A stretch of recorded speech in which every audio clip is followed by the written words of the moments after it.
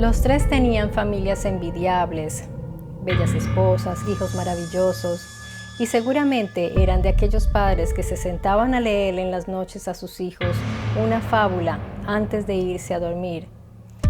Y esos niños no sabían que quien les leía la fábula eran los verdaderos monstruos, unos lobos vestidos de oveja. Los tres tenían muchas cosas en común, aunque se ubican en distintos lugares geográficos. Pero al final de estas tres historias te vas a dar cuenta que detrás de los hechos desafortunados que ocurrieron, hay algo que los tres compartían. Y ya vamos a ver de qué se trata.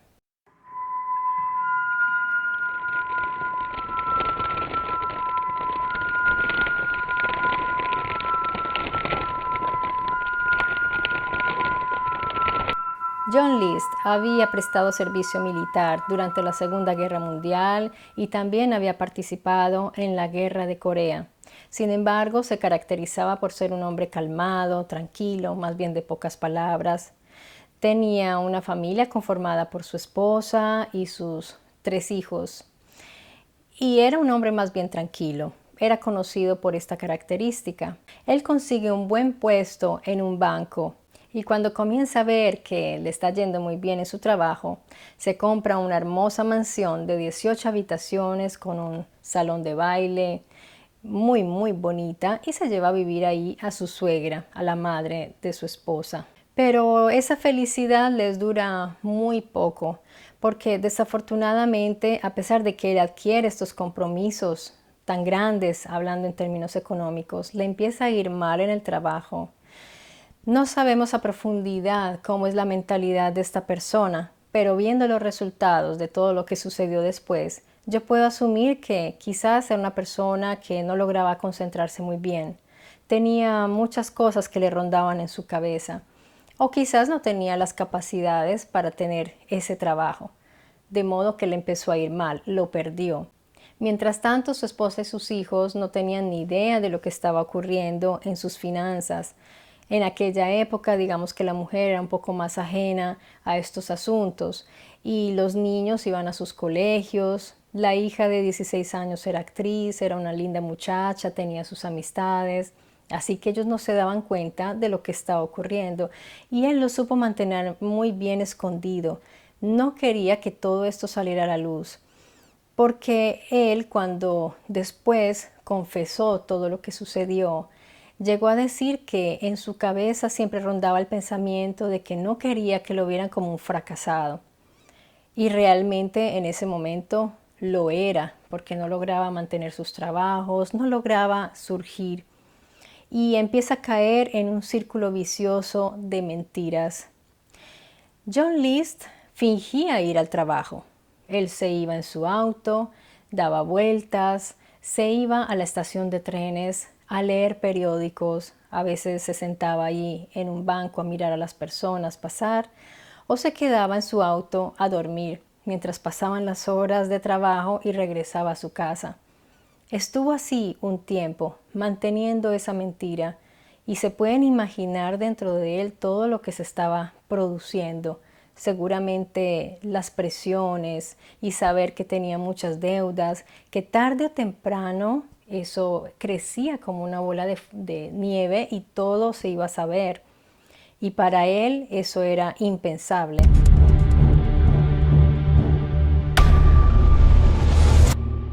Una mañana del 9 de noviembre de 1971, John List está determinado a llevar a cabo un plan. Él ya se había comprado un arma de 9 milímetros y una de 22. Una era como un recuerdo de la guerra y la otra sí era una arma de precisión, las cuales llevaba a un campo donde nadie lo veía para ensayar el tiro al blanco. Y se estuvo entrenando un tiempo así, hasta que llega esa mañana terrible del 9 de noviembre de este año, del 71, en la cual él se levanta, los hijos se van para el colegio, La esposa está en la cocina, se está tomando un café, me imagino que está pensando en todo lo que haría esa mañana, está muy tranquila. Y él la aborda por detrás y pone su pistola en la nuca y le dispara. Ella cae de un solo golpe, cae. Después de haber hecho esto, sube porque la madre de su esposa tenía un apartamentico en esa misma casa. Estamos hablando de una casa enorme. Seguramente la señora tampoco tenía un oído muy sensible, de manera que no escuchó el disparo. Él entra al apartamento donde está la señora de 85 años, allí desayunando también tranquila en su mesa de comedor, y él le da un beso y luego le dispara. Más adelante él le diría a una persona que lo entrevistó que ese era el beso de Judas. Él mismo declaró muchas cosas que luego nos van a hacer reflexionar respecto a la mentalidad de estas personas, que pienso que no todos son iguales, pero a veces encontramos similitudes y paralelismos entre todas estas personas que hacen este tipo de cosas. Él no mueve el cuerpo de la señora porque era bastante pesada. Él baja, pone una emisora de su religión, porque ellos eran muy religiosos. Por ejemplo, su suegra era una luterana muy estricta, una señora muy religiosa, y ellos todos los fines de semana iban a la iglesia como familia. Así que él pone su música religiosa y con mucha calma empieza a limpiar y mueve a la esposa y la oculta para que cuando regresen los niños del colegio no la vean. Él realiza todas estas tareas y en la tarde llega primero la muchacha, la hija de 16 años, y le dispara por detrás, cae y hace lo mismo, la lleva al salón de baile y la acomoda al lado de su esposa. Primero llega el otro niño, el menorcito, de 13 añitos, a él le hace exactamente lo mismo, le dispara por detrás, siempre por detrás, y lo acomoda con los demás. Ya en la tarde él sale, no sé si sale a buscar a su hijo, el de 15 años, y se lo encuentra. El muchacho está jugando fútbol, seguramente contento con sus amigos, llega, lo acompaña hasta la casa, y él llega a decir en una entrevista en la que les comentaba que él era su hijo preferido. De hecho, era su tocayo, se llamaba igual, se llamaba John Jr. Ellos entran a la casa y él repite la misma cosa, el mismo gesto, le pone la pistola por detrás en la nuca al niño, pero le falla el gatillo. Me imagino que él mira en ese momento, pero el muchacho sintió el ruido y se voltea y se da cuenta de lo que está pasando. Así que el muchacho lucha con su padre, se inicia una lucha ahí por defenderse. El muchacho no quiere morir. Lo que se le pasó por la mente a este niño de 15 años de ver a su padre, no entendía en ese momento por qué querría matarlo, pero él solo quería vivir. Era esa fuerza, ese deseo de no morir. Sin embargo, desafortunadamente John List logra destrabar la pistola y le dispara al muchacho en el pecho. Me imagino ahí a quemarropa, porque estaban en esa lucha allí. Y después él llega a decir que quería como calmar, que él no sabía si era porque el muchacho se defendía y se movía mucho o era que quería como descargar toda la tensión en él. Imagínense, y era su hijo preferido, no quisiera pensar pues si no lo hubiera sido. Son cosas muy fuertes. Toma al muchacho, lo lleva con los otros, ya son 4 cuerpos allí, más el de la madre que está arriba. Limpia con una calma todo, con la música esa que había puesto. Y luego se toma un break, luego almuerza, se toma su hora de almuerzo allí con todos esos cadáveres en la casa, después de todo lo que había hecho. No sé si ustedes logren explicarse cómo hizo para sentarse en el comedor a comer ahí, en ese mismo lugar donde había cometido todo esto. Luego él va con toda la calma del mundo al banco, cierra todas sus cuentas, retira lo que tiene y saca los ahorros de la señora, de la madre, de la esposa, y los retira y cuenta centavo por centavo que estén los intereses y todo, ¿no? Quería absolutamente todo. Recoge todo este dinero y luego va al correo para decirles que ellos van a viajar, que van a hacer un viaje, que no vayan a llevarles correo. Entonces cierra también eso y llama a todas las personas a decirles que la familia se había ido de vacaciones donde su madre y que él iba a ir a encontrarse con ellos. De manera que él cierra todo, toma su auto y no se va inmediatamente a escapar. Él llega al aeropuerto de Nueva York y deja el auto ahí, donde salen los vuelos internacionales. Miren bien cómo este señor tenía una mente bastante organizada.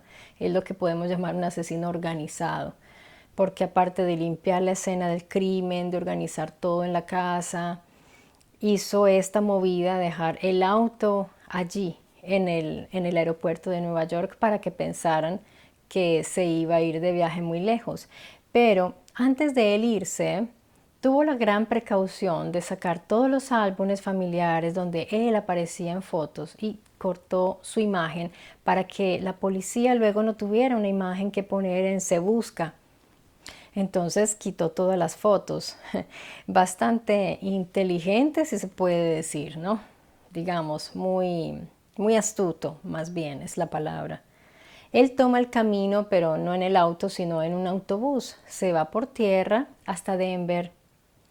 Imagínense, se va a Denver a iniciar una nueva vida, de cero, como si nada hubiera pasado. Quiere olvidar todo, deja todo atrás y se va a Denver muy tranquilo con ese dinero que había retirado.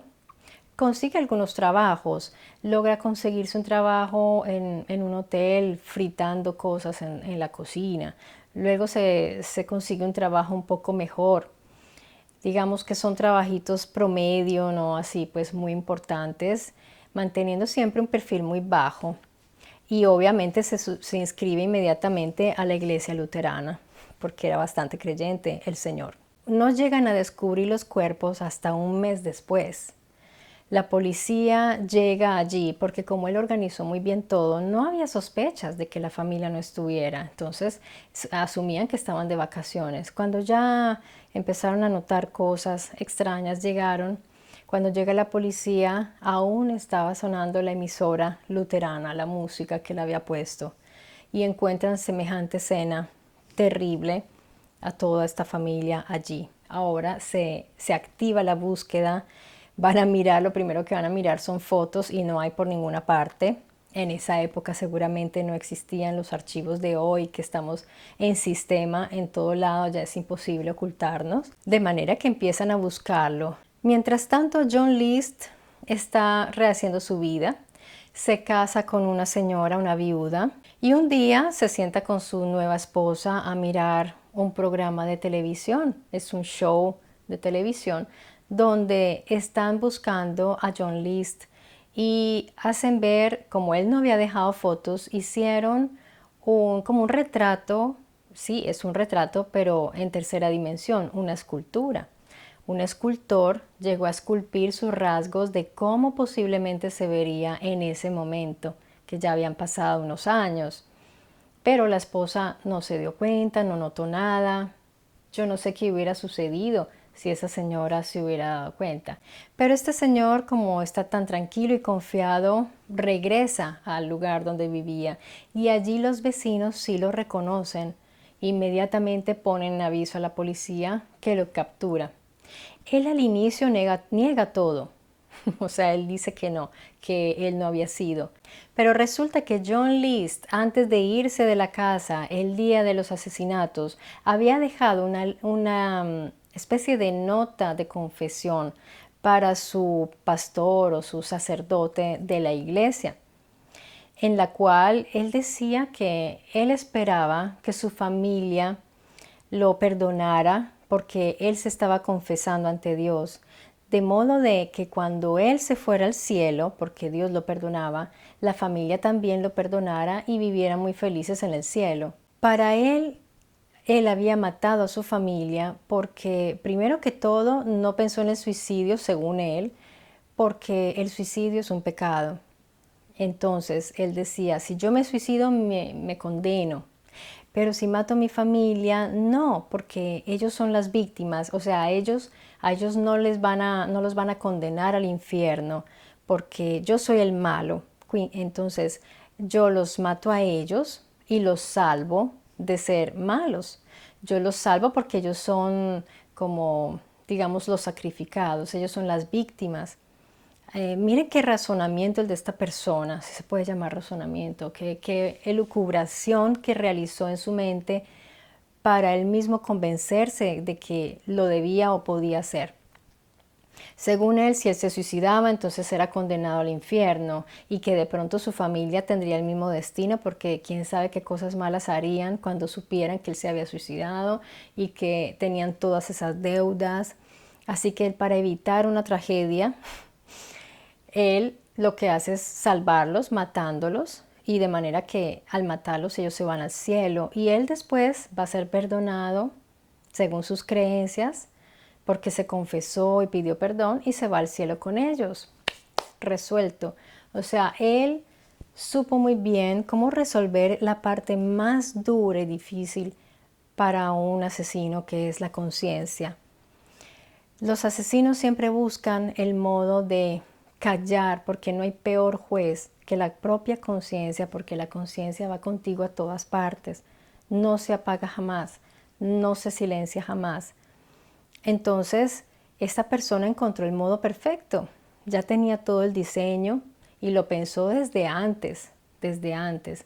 Cuando él llega a esta construcción elucubrística mental, ahí es cuando él realiza el asesinato y por eso fue tan metódico y por eso, además que el psiquiatra después dijo que él era un compulsivo, obsesivo compulsivo porque hizo esta limpieza, él no podía irse y dejar todo sucio, dejar desorganizado. Este tipo de asesinos organizados tienen que dejar todo muy bien. Digamos que no es tanto la importancia de no dejar huella o que no sepan que fue él, porque él mismo dejó una nota. En esa nota él mismo se delata que fue él. Cuando le dijeron, pero ¿cómo que no fue usted si usted dejó esta nota? Es una confesión. Él dijo, no, es que yo en ese momento tenía estrés postraumático por la guerra. O sea que era una persona muy, muy inteligente. O sea, él se construyó todo, hasta su defensa. Pero la defensa no aceptó esto, o sea, los jueces no aceptaron eso, no quisieron ni defenderlo por lo que había hecho, porque fue atroz, fue un crimen atroz. Esta persona nunca mostró arrepentimiento, nunca mostró un ápice de tener remordimientos. Es más, cuando le dijeron cómo había podido comer ahí delante de su familia asesinada, él dijo, sonriendo, dijo, tenía hambre.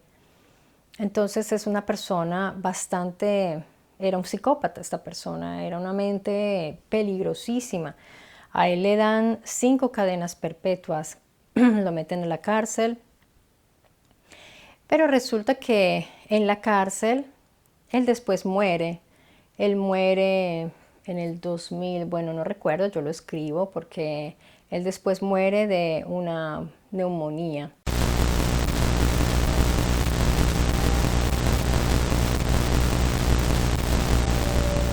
Este señor era el jefe de una linda familia, de una esposa joven y 2 hijitos pequeños.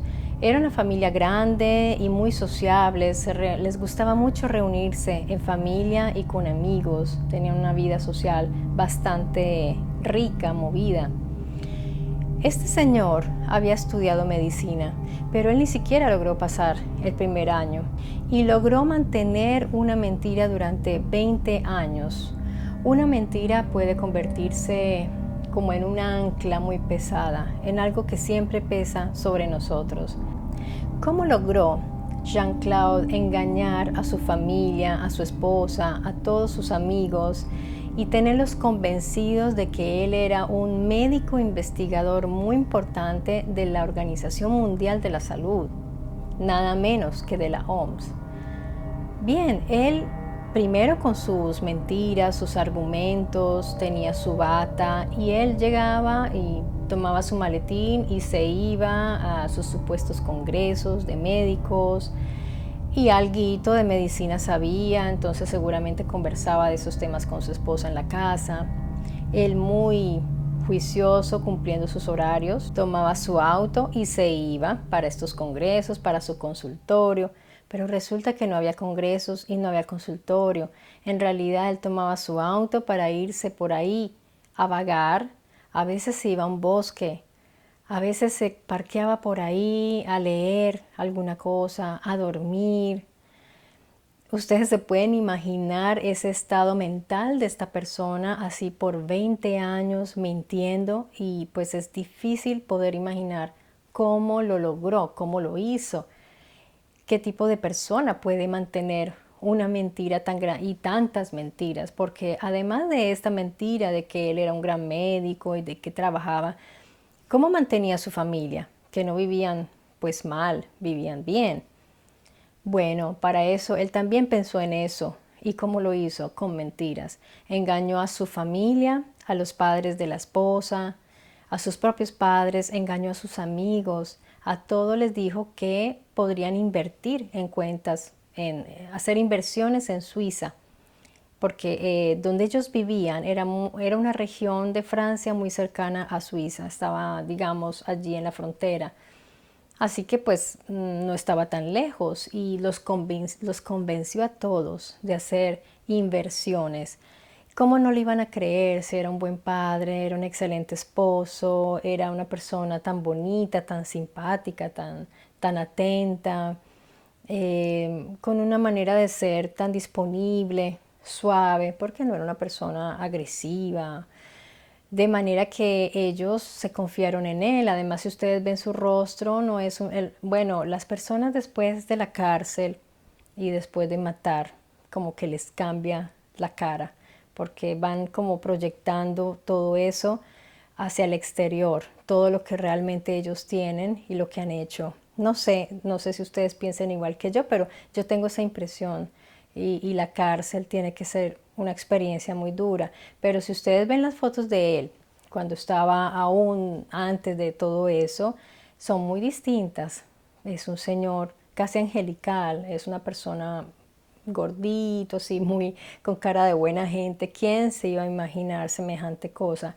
Él continúa a engañar. Y ya los amigos se empiezan a como a dar cuenta y empiezan a pedirle cuentas y a decirle, oye, mi plata, mi dinero. Siempre nosotros decimos, las mentiras tienen las patas cortas porque tarde o temprano siempre se descubren. Y esta no fue la excepción.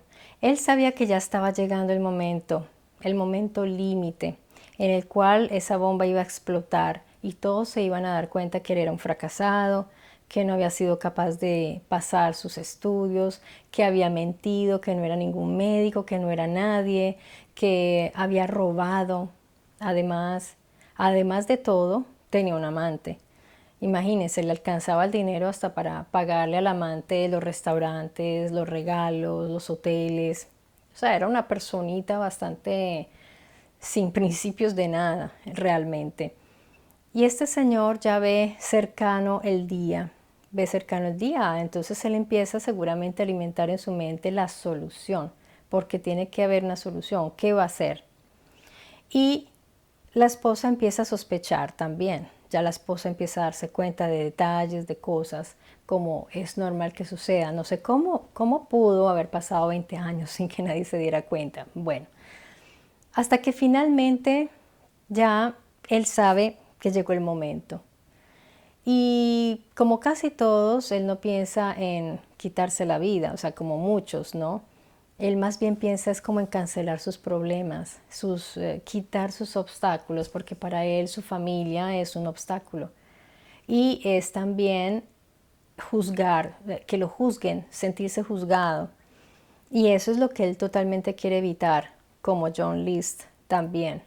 Ellos no quieren que nadie los juzgue y diga, ah, mira, tú mentiste, tú no eres nadie, tú no fuiste capaz, tú no eres capaz. En una mañana la esposa está todavía durmiendo en la cama, quizás era un domingo tranquilo porque los niños estaban en la casa. Él toma un rodillo de la cocina y masacra a la esposa con el rodillo, le pega en la parte de atrás y la aniquila con eso. Después va a la habitación de los niños. Es terrible, a ellos sí les dispara con un rifle a dos pequeñitos, dos criaturas, una de 7 y uno de 5 años. No cabe en la cabeza, ¿verdad? ¿Cómo puede esta persona haber llegado a eso? A querer aniquilar a toda su familia para borrar la posibilidad de que él fuera juzgado. Y no piensan ni siquiera que al final la sociedad, porque eso es como una cosa que va creciendo.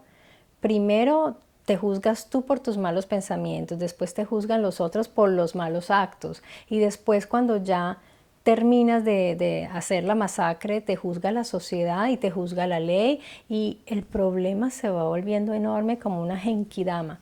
Eso de la mitomanía es eso. La mitomanía es empezar como a tapar una cosa que ya se va creciendo y se vuelve imposible ya. Si ustedes ven las fotos de Jean-Claude, de este señor, se van a dar cuenta de su expresión. ¿A ustedes qué les inspira? Si me quieren contar en los comentarios. Yo veo una persona no arrepentida. Yo no veo que esté arrepentido. Yo veo es que está sufriendo. Pero está sufriendo por él mismo. Sufre porque está mal él, porque lo cogieron preso. Cuando él hace toda esta masacre que mata a su esposa, a sus hijos, y no solo eso, luego él va a la casa de sus padres y los mata también a ellos, imagínense, a los propios papás.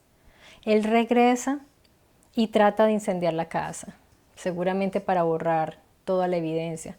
Y se queda ahí, él se toma unos barbitúricos y se queda ahí, lo encuentra la policía, ya estaba sin sentido, estaba desmayado, pero vivo. Yo creo que en el fondo él sabía que iba a terminar vivo, porque no creo que tuviera tantas ganas de morir.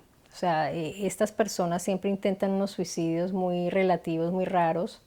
El anterior, John List, ni siquiera lo intentó, pero este trató como de hacer ver que quería morir. En su expresión se ve como esas ganas de despertar lástima, ¿no? Como la lástima de los demás. Y de hecho lo logró de alguna manera. Porque este señor Jean-Claude, aunque ustedes no lo crean, le dieron libertad condicional. Él pasó más de 20 años en la cárcel, por lo menos llegó a pasar mucho tiempo, pero dijeron que no, que le iban a dar una oportunidad, entonces empezó a ir al hospital y todo. No, pues él no es peligroso para nadie, él puede empezar a salir y le ponemos el dispositivo para que avise si cualquier cosa. Y el señor está fuera. Entonces, bueno, ahí está que se pueden imaginar la familia de las víctimas cómo están, totalmente indignadas, y no solo eso, los vecinos, las personas que viven en ese sitio, pues con mucha rabia, ¿no?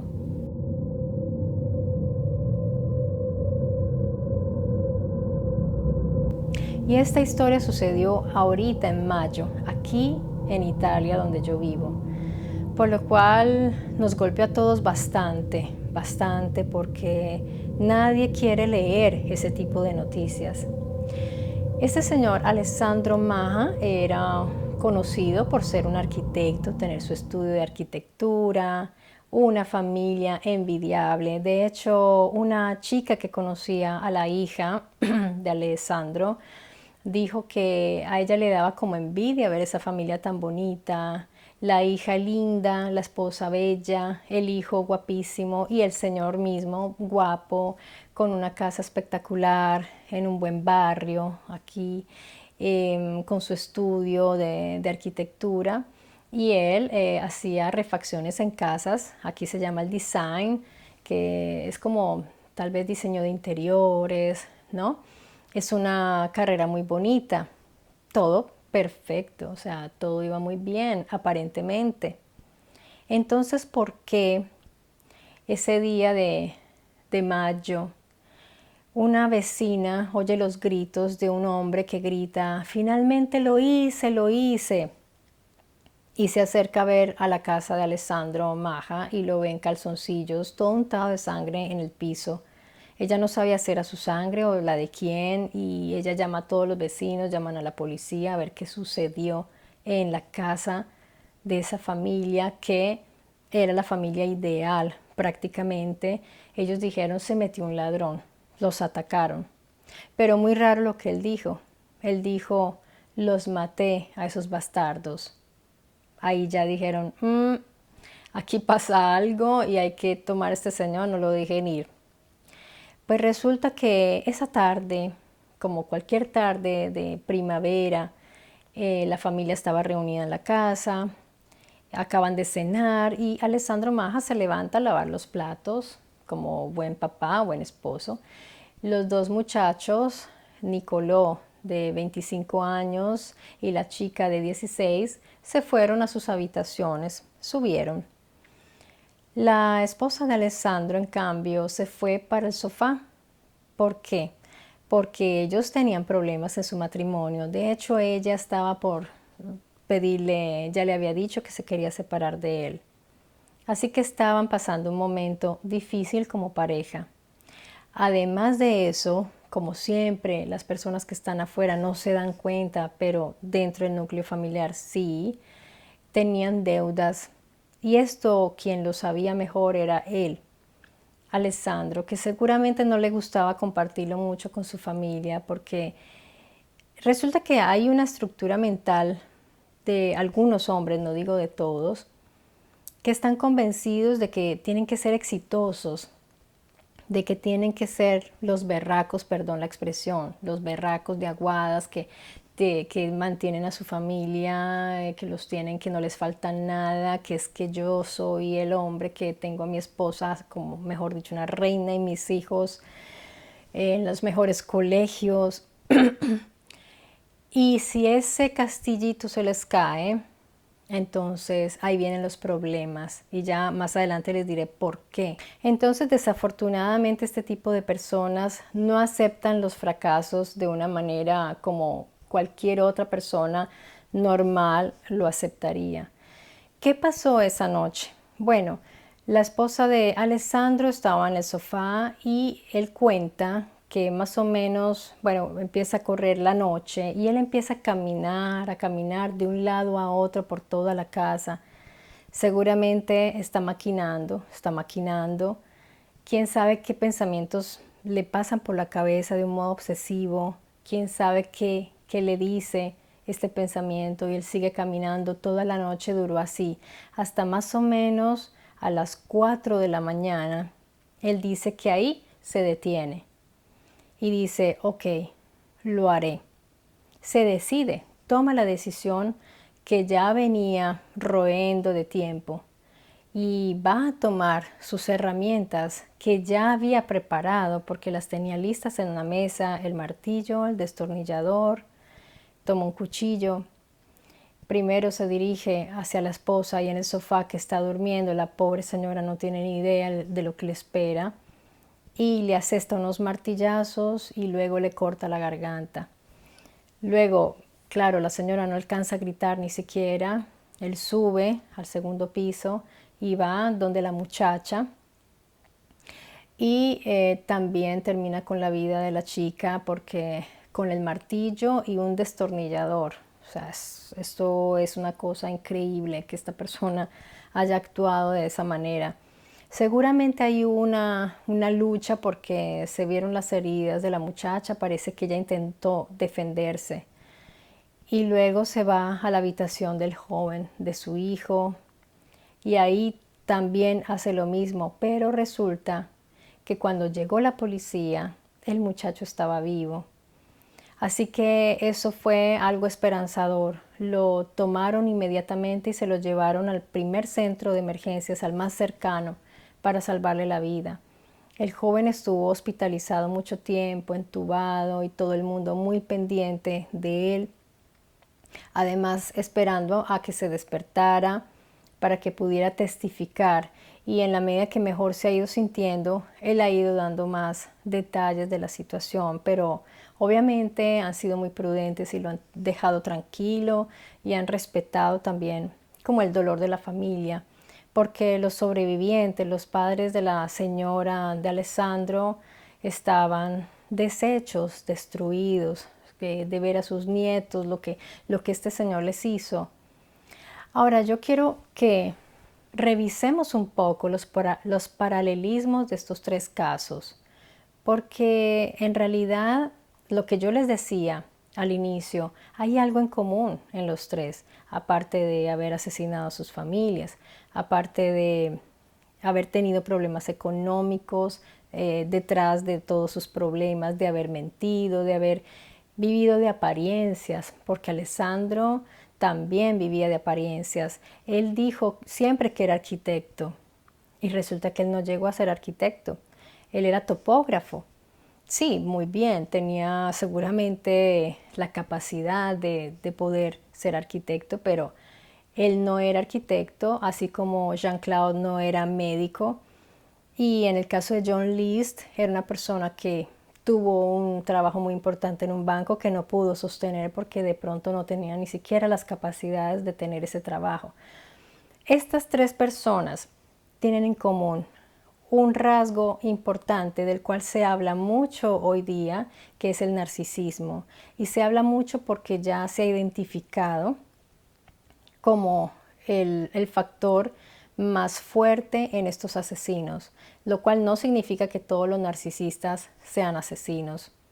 Y tampoco toda la gente que mata es narcisista, aunque yo llegaría a decir casi que sí, porque es un rasgo que tiene que haber allí para poder realizar muchas cosas y querer ocultar también, como ellos, muchas cosas para no ser juzgados, para callar el que dirán, porque ellos, para ellos es más importante su imagen, aunque no lo creamos. Para ellos su imagen es importantísima. Algunos se creen víctimas, se hacen ver como víctimas para que la gente diga pobrecitos. Ellos no tienen la culpa era de la familia que exigía, que quería lujos, que querían cosas. La culpa siempre es de la familia, de los niños, de las esposas. Ellos nunca se van a dar la culpa, nunca van a aceptar su fracaso, nunca van a aceptar sus carencias y la falta de capacidades.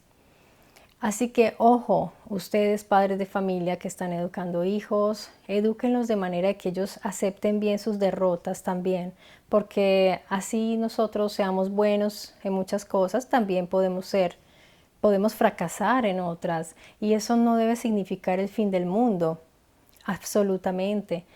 Y además que ellos se construyen unas personalidades que ocultan muy bien estos rasgos y con todo lo de psicopatías y todo lo que envuelve, y convencen a las personas que son sus víctimas. En el caso de estas familias, de pronto las primeras que pueden identificar estos rasgos son las esposas. Para los hijos es más difícil, además que los hijos van a jugar, están afuera, sus amiguitos, no se dan cuenta, pero de pronto las esposas son, o los esposos, porque no está dicho que son solo los hombres, ¿no? De manera que estén muy atentos y si están educando a sus hijos, ayúdenles, como les digo, a aceptar también sus derrotas, sus fallas y a que no se den por vencidos y no se sientan víctimas, no los victimicen y tampoco les digan que todo lo que hacen es espectacularmente perfecto. A veces se pueden equivocar, a veces hacen cosas que no están bien. Ojo con eso, porque realmente estamos viendo una sociedad narcisista que realmente estamos viendo muchos casos de estos, así que es preocupante. Bien, espero que que se hayan quedado hasta el final de este video para que puedan dejar sus opiniones, ustedes qué piensan al respecto, cuéntenme lo que me quieran contar o lo que me quieran aportar para mejorar el canal. Yo estoy siempre atenta a sus observaciones. Y como decía aquí en el video, a veces no somos buenos para todas las cosas. Obviamente que no somos perfectos, cometemos errores. Pero lo importante es aceptarlo, aceptarnos así y saber que podemos mejorar. Y tenemos toda la vida para hacer cada vez mejor las cosas. Yo les mando un grandísimo abrazo a todos y aquí los espero en mi Story Channel, recuerden, con más historias y más misterios. Cuídense mucho.